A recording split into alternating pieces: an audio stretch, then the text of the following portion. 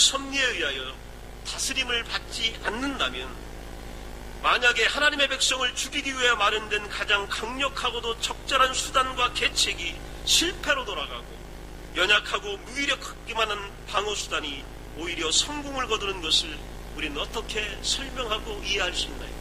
우리보다 분명히 강하고 우리보다 높고 우리보다 어마어마한데 나를 이기지 못하는 이유를 어떻게 설명할 수 있을까요? 내가 분명히 져야 하는 게임인데 내가 이길 때 여러분 그걸 어떻게 설명할 수 있을까요?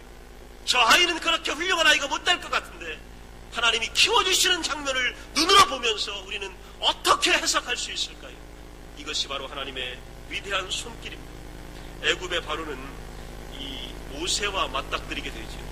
모세가 어떤 일을 보게 되냐면 출애굽기 3장 2절에 보면 불이 붙은 떨기나무가 타지를 않는 거예요. 산불을 여러분 보셨잖아요.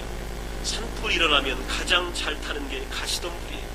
쉽게 타지요. 그런데 가시덤불에 불이 붙었는데 이 떨기나무가 타지 않는 것을 모세가 본 겁니다.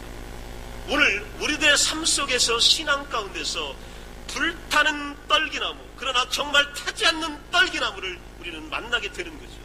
이런 역사 가운데 하나님은 능력을 주시고 우리를 향하여 말씀하여 주십니다. 이걸 보지 않는 사람에게 바로에게로 가라. 갈 수 없어요. 네가 가서 바로에게 내 백성을 보내라. 그런 말이 어떻게 나옵니까? 입이 닫아지고 이미 몸이 굳어 있어서 말할 수 없죠.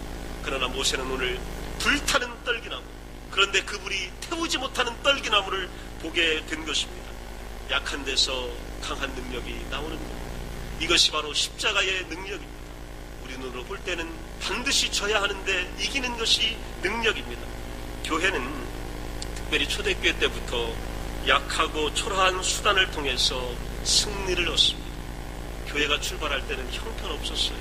사람도 없었고 조직도 없었고 아무런 계획도 없었고 그만한 능력을 갖지를 못했습니다. 이것이 여러분 교회입니다. 하나님은 약한 데서 위대한 일을 만드세요. 우리가 다 준비해놓고 우리가 다 계획하면 하나님이 하실 일이 없습니다. 하나님은 연약한 자들을 모으셔서, 부족한 자들을 모으셔서, 가난한 자들을 모으셔서, 병든 자들을 모으셔서, 오늘도 권세 없는 자들을 모으셔서요, 하나님의 살아계심을 보여주는 겁니다. 교회는 이런 가운데 역사가 일어났던 겁니다. 초대교회는 형편없었습니다. 정말로 초라하고 미약하고 정말로 볼품없는 것이 초대교회였습니다. 그런데 오늘 세계교회를 성경을 만든 위대한 역사가 그 약한 데서 일어나는 것입니다. 예수님이 처음에 언변에 능하거나 또 웅변가나 왕과 황제의 궁궐에서 일하는 권력자들을 선택한 것이 아니라 노동자와 어부로 구성된 12제자를 선택하십니다. 그리고 오래 교육시킨 것도 아니잖아요. 조금 데리고 다니시다가 이번에는 12명, 70명을 한 번에 보낸 것도 아니고 저 2명씩 짝지어 보내면서 각 고을로 가라 이렇게 말씀하십니다. 그리고 정복해라. 그리고 가서 권세를 행해라. 그리고 귀신을 내쫓아라. 이렇게 말씀하시는 거예요. 우리 인간의 눈으로 볼 때는요, 참 미련하기 짝이 없는 짓이죠. 그걸 준비라고, 저걸 사람이라고 선택해놓고 저걸 하나님의 일이라고 말씀하시나. 그런데 그 연약한 자들이 가서 귀신을 쫓아냅니다. 그들이 가서 기도하니까 병이 낫습니다. 그들이 가서 기도하니까 그들이 죄를 회개합니다. 그리고 하나님을 믿습니다. 그리고 그리스도를 영접하는 놀라운 사건이 일어나게 되는 것입니다. 약한 데서 강하게 하시는 하나님의 손길, 여러분 이걸 믿으시기 바랍니다. 오늘 내가 약해야 하나님이 들어오십니다. 오늘 내 속에 눈물이 있어야 하나님의 도우심이 있는 거예요. 오늘 내 속에 간절함이 있어야, 내가 가진 것이 없다고 말해야 하나님께서 하늘문을 여시는 겁니다. 그리고 도와주시는 거예요. 오늘 위대한 역사가 바로 우리 가운데 일어나게 되는 겁니다.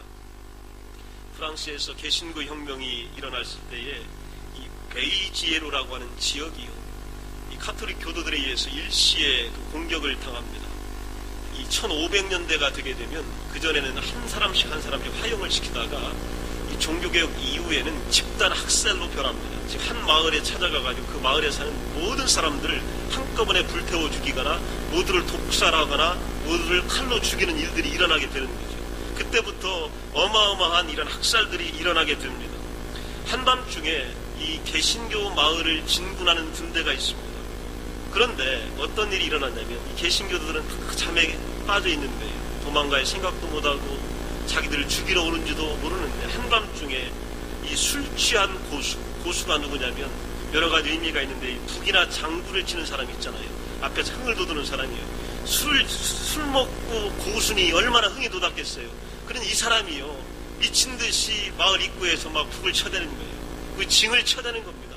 그러니까 그 마을에 있던 개신교들이 잠을 깬 겁니다. 그때가 언제냐면 바로 적군이 공격을 막 개시하려고 하는 순간이에요. 그 순간에 하나님은요, 술 취한 고수를 동원해서 잠자는 하나님의 백성들을 깨우신 겁니다. 그리고 생명을 구원하시고 도망가게 만들어주신 거예요. 그리하여 생명을 구원하게 됐던 겁니다. 프랑스 역사는 그 프랑스 혁명이 말해주듯이 좀 잔인해요. 영국보다는 좀 잔인한데, 프랑스 혁명을 보게 되면 그 기록에 보면 때로는 수백 명이 몰살당한 경우도 있고요, 이 수천 명이 죽는 경우도 있는데, 어떤 학자는 7만 명이 동시대에 학살당했다고 주장하는 사람도 있습니다. 아직까지 100% 검증되진 않았지만 7만 명이라고까지 주장하는 사람들이 있어요. 얼마나 그 시대에 고통을 당하고 어려움을 당했는지 우리는 알게 됩니다. 뒤몰랭이라고 하는 사람이 있습니다.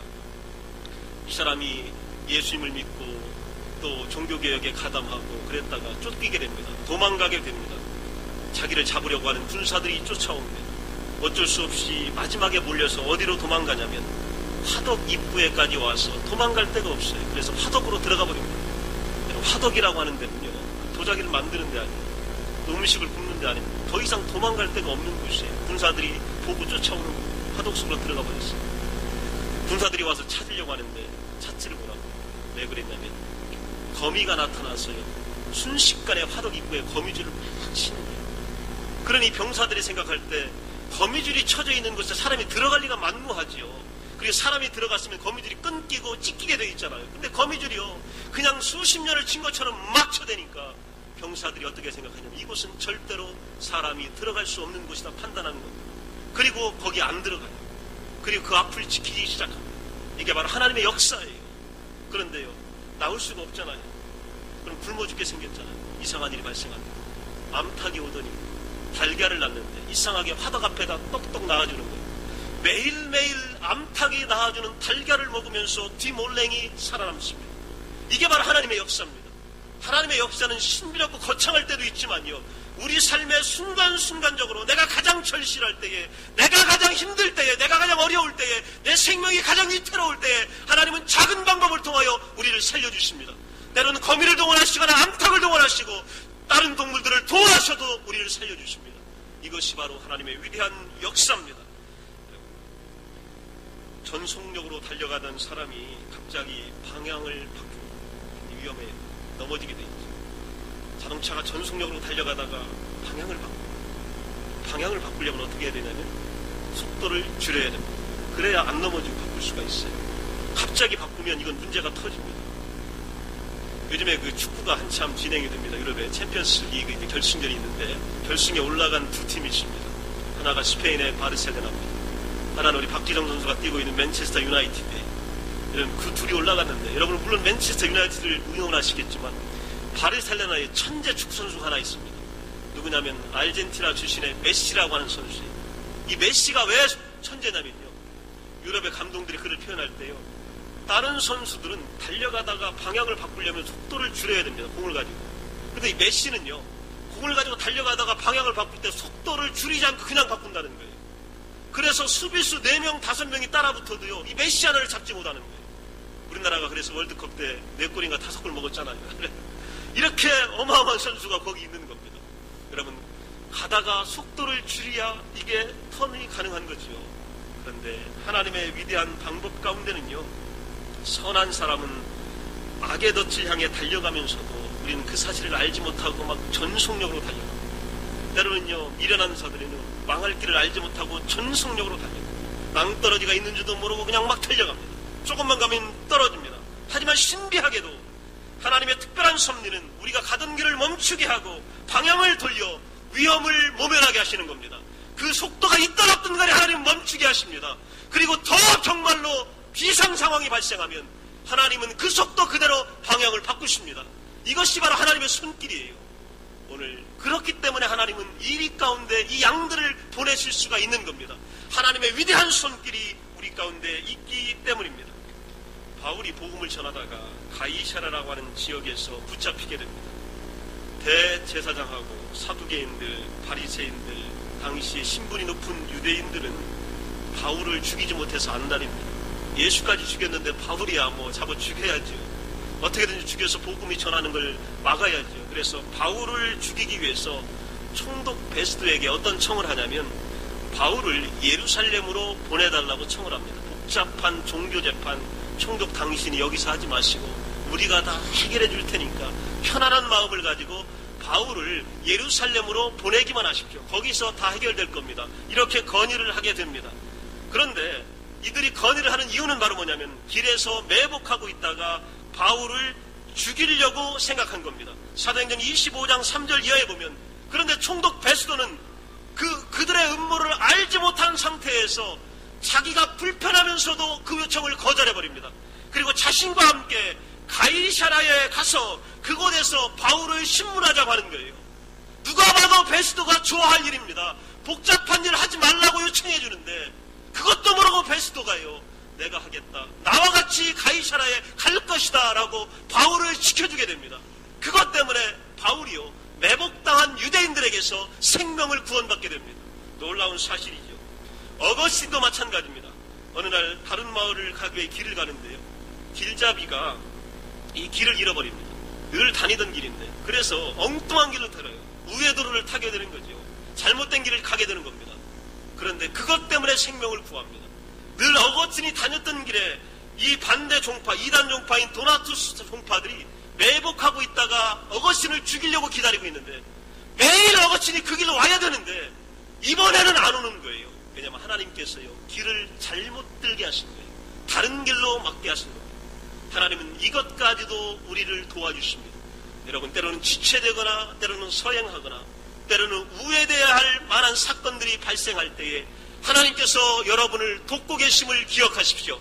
그것이 여러분을 살리는 길입니다. 그것이 방향을 바꾸는 길이에요. 그래서 거미가 나타나게 해서 줄을 치든지 남탁을 동원해서 우리를 살려주는 놀라운 일들이 일어나게 되는 것입니다. 마지막 야곱을 한번 보십시오. 외삼촌 라반이 야곱을 쫓아오는 이유는요, 죽이려고 쫓아오는 거예요.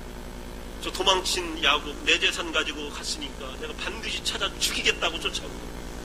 기다리고 있는 형 에서 20년 동안이요 저 동생 나타나기만 하면 죽이려고 기다리고 있는 거예요.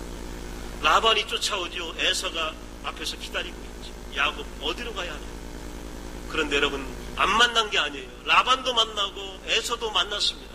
어떤 일이 일어났냐면 라반과 에서가 그들의 생각을 야곱에게 일으키기 전에 하나님이 갑자기 손발이 사슬에 묶인 듯이 꼼짝하지 못하도록 만들어 버리신 겁니다.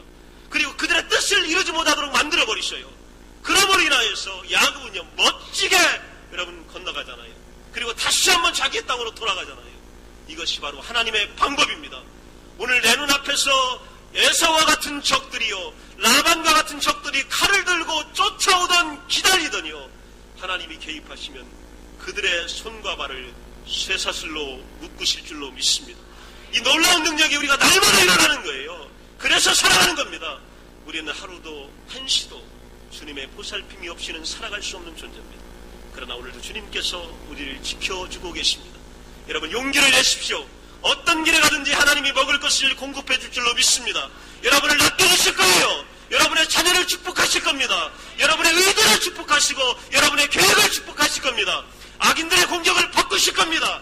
여러분이 공격받으면 그것이 축복이 될 줄로 믿습니다. 여러분이 모함받으면 그것이 여러분의 은총이 될 줄로 믿습니다. 이것이 성경의 방법입니다. 이것이 아버지가 우리를 사랑하는 마음입니다. 이 마음으로 오늘도 우리를 지켜주고 계시기 때문에 오늘 여러분이 아버지 앞에 나아갈 때마다 주님의 놀라운 손길이 특별하게 여러분 하나하나를 붙들어 줄 줄로 믿습니다. 다 같이 일어나셔서 기도합니다.